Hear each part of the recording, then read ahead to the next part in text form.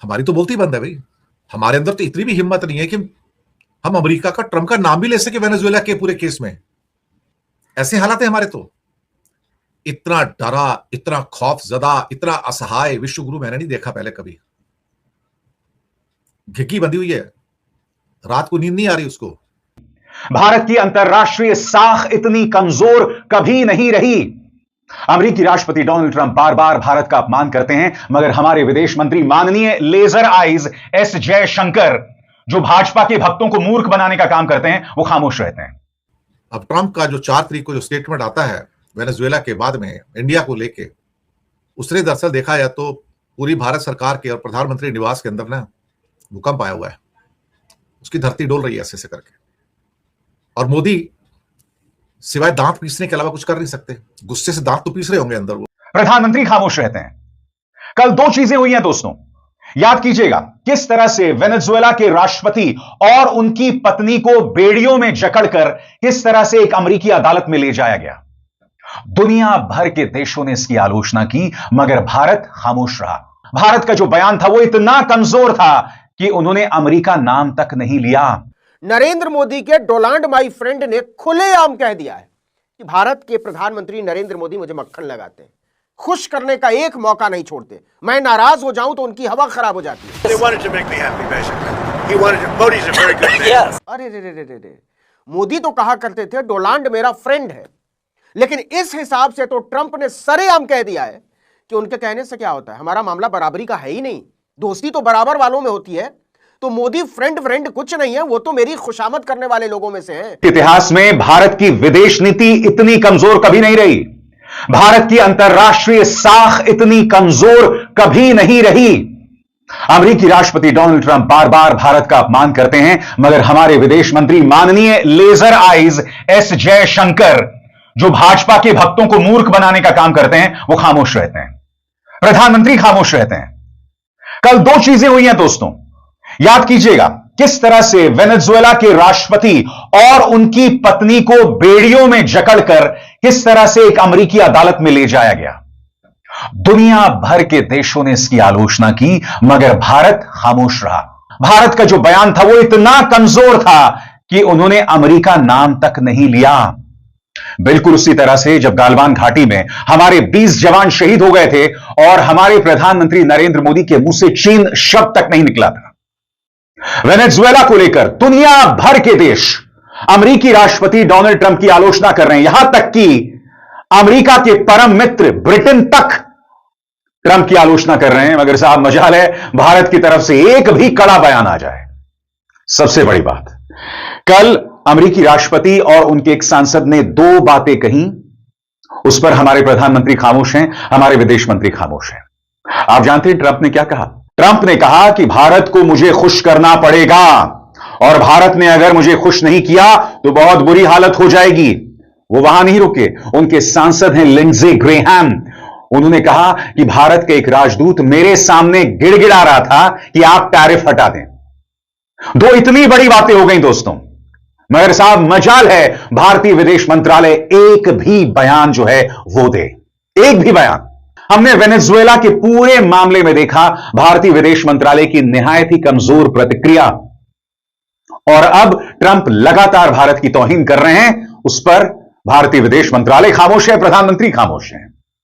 आज कांग्रेस सवाल पूछ रही है कि एक इंदिरा गांधी थी 1971 में, जब भारत की हालत बहुत कमजोर थी, जब भारत ने पाकिस्तान को दो फाड़ कर दिया था, उस वक्त अमेरिका लगातार भारत को धमका रहा था, मगर इंदिरा गांधी नहीं झुकी। तो यह सरकार क्यों झुक रही है?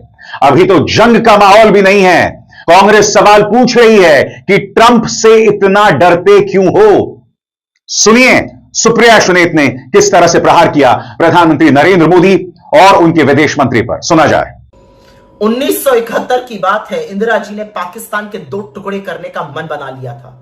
हमारी सेना हमलावर थी और तब अमेरिका ने अपने तेवर दिखाते हुए कहा कि वो 7वां बीड़ा भेज रहा है। इंदिरा जी ने कहा 7वां बीड़ा तो क्या, आप 70वां भी भेज दीजिए, हम आपसे डरने वाले नहीं है। पाकिस्तान को तो हम सबक सिखा के रहेंगे। पाकिस्तान के उन्होंने 2 टुकड़े किए और विश्व का भूगोल बदल दिया। ऐसी थी इंदिरा गांधी। और इंदिरा गांधी बनने की तमन्ना रखने वाले नरेंद्र मोदी की असलियत सुनिए।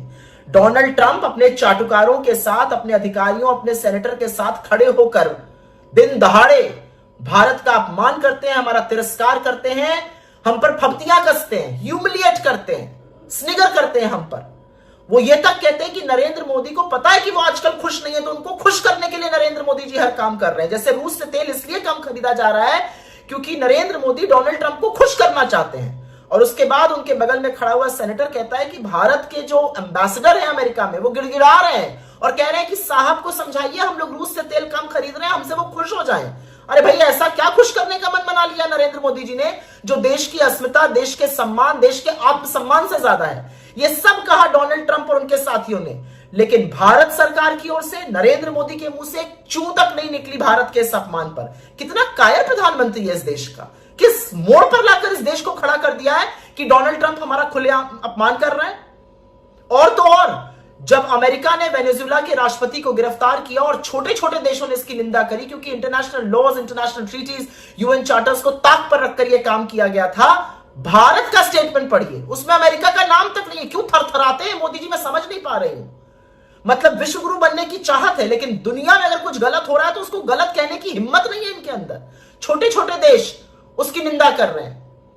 जिस तरह से यूएन चार्टर्स का, जिस तरह से ग्लोबल ट्रीटीज का, जिस तरह से वर्ल्ड वॉर 2 के बाद एक सामंजस्य जो देश दुनिया में आया था, उसको तोड़ने की कोशिश की गई है यहां पर। कितना कायर प्रधानमंत्री है जो इस देश की अस्मिता के लिए, इस देश के अपमान के खिलाफ, इस देश के सम्मान में अमेरिका की बुलिंग को, अमेरिका के तिरस्कार को तिरस्कार नहीं कह पा रहा है, भारत के सम्मान की रक्षा नहीं कर पा रहा है। धिक्कार है मोदी जी, आप पर धिक्कार है। आज आपके सामने मैं कुछ तथ्य रखना चाहता हूं, मेरे एक एक शब्द पर गौर कीजिएगा। ट्रंप को मोदी का दोस्त बताया जाता है और कहा जाता है कि अमेरिका उनकी उंगलियों पर नाच रहा है, लेकिन पिछले 25 सालों में कभी भी वॉशिंगटन डीसी में भारत के साथ इतना खराब बर्ताव नहीं हुआ। अब सिर्फ अनदेखी ही नहीं हो रही, बल्कि भारत को हल्के में लिया जा रहा है, और यह सीधे तौर पर मोदी के 11 सालों के प्रधानमंत्री कार्यकाल का नतीजा है। अगर विदेश नीति की सारी सफलताएं मोदी और उनकी पर्सनालिटी की वजह से थीं, तो जो बेइज्जती आज भारत झेल रहा है उसकी जिम्मेदारी भी उन्हीं की है। इसका ठीकरा किसी और पर नहीं फोड़ा जा सकता। सवाल यह कि 11 साल से ज्यादा प्रधानमंत्री रहते हुए आपने भारत को हर तरह की परिस्थितियों से निपटने के लिए कैसे तैयार किया? साफ है दोस्तों, भारत के सामने जो परिस्थितियां हैं, भाजपा सरकार नहीं जानती कि उससे कैसे निपटा जाए। सबसे पहले सुनिए उनके एक सांसद क्या कह रहे हैं। सांसद हैं लिंडसे ग्रेहाम, ट्रंप की मौजूदगी में कहते हैं कि एक भारतीय राजदूत मेरे सामने गिड़गिड़ा रहा था कि टैरिफ हटा दो।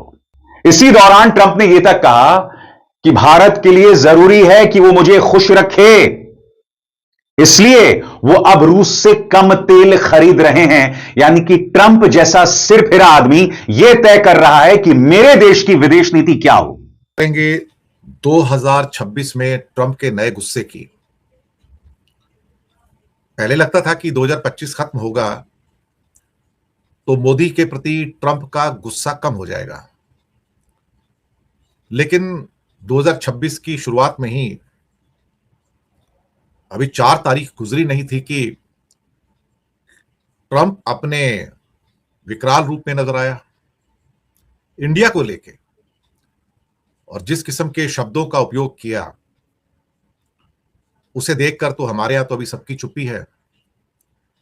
मोदी चुप है, राजनाथ चुप है, पीयूष गोयल भी चुप हैं, जयशंकर भी चुप है, विदेश मंत्री यानी कि वो तो पॉपकॉर्न है, पाकिस्तान बांग्लादेश पे बोलते हैं वैसे नहीं बोलते हो। अमित शाह भी चुप है। विदेश मंत्रालय अमेरिका को लेकर वैसे ही मौन धारण करता है वो, या ये कहा जाए कि अमेरिका को लेकर अधिकतर भारतीय जनता पार्टी के लोग गूंगे हो जाते हैं। वो डेफ एंड डम्ब होते हैं ना, सुनते तो हैं लेकिन डम्ब हो जाते हैं, बोलने में कुछ नहीं बोलते। ऊपर से आदेश मिला हुआ है कि अमेरिका के मामले में मुंह से शब्द मत निकाल देना, चुप होकर बैठो। तो एक क्या कहा कि उनको साइलेंस मोड में मोदी ने डाला हुआ है। ये मोबाइल होता है ना, फ्लाइट मोड होता है ना, साइलेंट मोड भी रहता है, वो तो साइलेंट मोड में रहो बस। अमेरिका को लेके, ट्रंप को लेके silent mode, Putin silent mode, Jinping China silent mode, कुछ बोलो मत। और जब पाकिस्तान बांग्लादेश की बारी बात आती है तो बोलते साइलेंट मोड हटा दो, वाइब्रेशन पे भी ले आओ, सब कुछ ले आओ, जितना उछलना है उछलो पॉपकॉर्न की तरह। कमजोर आदमी ऐसे होते हैं। आपकी पहचान तब होती है जब आप किसी ताकतवर आदमी के सामने अपना सर उठाते हो। छोटे आदमी के सामने सारे सर उठा लेते, उसमें कौन सी बड़ी बात है। बड़ा दादा छोटे दादे के सामने सर उठाता ही है, धमकी देता है, लेकिन सब सामने पहाड़ आ जाए तो फिर उसकी घिग्गी बन जाती है। अब ट्रंप का जो 4 तारीख को जो स्टेटमेंट आता है वेनेजुएला के बाद में इंडिया को लेके, उसने दरअसल देखा जाए तो पूरी भारत सरकार के और प्रधानमंत्री निवास के अंदर ना भूकंप आया हुआ है। उसकी धरती डोल रही है ऐसे ऐसे करके। और मोदी सिवाय दांत पीसने के अलावा कुछ कर नहीं सकते। गुस्से से दांत तो पीस रहे होंगे अंदर वो, पर समस्या यह कि गुस्से से दांत पीस सकते हो, भारत की स्टेट्स के सामने किसी राहुल गांधी के सामने दांत पीस सकते हो, प्रियंका गांधी के सामने दांत पीस सकते हो, आगे से उनका नुकसान भी कर सकते हो, गुस्सा भी कर सकते हो, उनके घर ईडी भी भेज सकते हो। क्या पता सोच रहे होंगे कोई मेरे पास इतनी पावर आ जाए कि मैं ट्रंप के घर में भी ईडी भेज दूं। वैसे एक बात बताऊं आपको मैं, वो चाहे तो ट्रंप के खिलाफ एक्शन ले सकते हैं। ट्रंप के ट्रंप टावर्स इंडिया में भी बन रहे हैं, बहुत सारे हैं, उसकी प्रॉपर्टीज हैं यहां पर। चाहे तो वहां पे ईडी की रेड करवा सकते हैं, सीबीआई की रेड करवा सकते हैं, इनकम टैक्स की रेड करवा सकते हैं। लेकिन साहब ये तो फिर ऐसे हो गया ना, तुम मधुमक्खी के छत्ते में हाथ डाल रहे हो। इतनी हिम्मत कहां है उसमें मोदी में कि वो एक सीबीआई, ईडी, आईटी की रेड ट्रंप टावर्स जो इंडिया में बन रहे हैं वहां करवा दे। वो तो बड़ा मुश्किल हो जाएगा ना। फिर तो ऐसा लगेगा जैसे आपने क्या कहते हैं, वैसे ही वहां पे बारूद पड़ा हुआ है और जाके आग लगा दी। ट्रंप की जबान बड़ी शानदार होती है, और उनकी शानदार जुबान को क्या कहा जाए साहब। और खासतौर से बार बार मोदी की तारीफ जरूर करते हैं। कहता Modi is a very good man, he is a good guy, he knew I was not happy, it was important to make me happy. जब भी ट्रंप कहता है ना कि Modi is a good man, is a good friend, समझो एक थप्पड़ और पड़ने वाला है। इस बार तो ये बोल दिया कि मोदी ने मुझे खुश करने की कोशिश की लेकिन मैं खुश नहीं हूं। अब लगता है दोनों साइड से थप्पड़ पड़ेगा, भिगो के पड़ेगा साहब, लेफ्ट से भी और राइट से भी। और विश्वगुरु कुछ कर नहीं पाएगा। 100% टैरिफ की बात की है इस बार, 100%। और ये कहा कि तुमने रशिया से तेल लेना छोड़ा नहीं है, तुम अभी भी तेल ले रहे हो, भले थोड़ा कम मात्रा में, लेकिन ले रहे हो तुम। नवंबर 21 को तेल लेना बंद करवा दिया था, लेकिन उसके बावजूद भी इंडिया शायद किसी इलीगल तरीके से रशिया से तेल खरीदता रहा। मोदी शायद ये दिखाना चाहता था ट्रंप को कि तू बड़बोला है, तेरे बस की कुछ नहीं है, मैं दुनिया की महाशक्ति हूं, मैं जो चाहूंगा वो कर सकता हूं। लेकिन वेनेजुएला के प्रकरण ने सब कुछ उल्टा कर दिया। एक्चुअली थप्पड़ रशिया को भी मार दिया, थप्पड़ यूरोप को भी मारा, थप्पड़ चाइना को भी मारा, और इंडिया को भी थप्पड़ मारा उसने। इंडिया में बहुत सारे एनालिस्ट मैं देख रहा था प्रोग्राम्स कुछ, तो वो लोग कहते हैं कि जो कर रहा है इलीगल है, पूरी दुनिया उसके खिलाफ हो गई है। कौन उसके खिलाफ है भाई, जरा मुझे बताओ तो सही, कौन खिलाफ है? हमारी तो बोलती बंद है भाई। हमारे अंदर तो इतनी भी हिम्मत नहीं है कि हम अमेरिका का, ट्रंप का नाम भी ले सके वेनेजुएला के पूरे केस में। ऐसे हालात है हमारे तो। इतना डरा, इतना खौफजदा, इतना असहाय विश्वगुरु मैंने नहीं देखा पहले कभी। घिग्गी बंधी हुई है, रात को नींद नहीं आ रही उसको, और मुझे लगता है वो किसी न किसी से बात कर रहा होगा, भाई क्या होगा आगे, कैसे करेंगे हम लोग। इसने तो सब उतार दिया मेरा, ये तो उसको उठा के ले गया, मुझे क्या।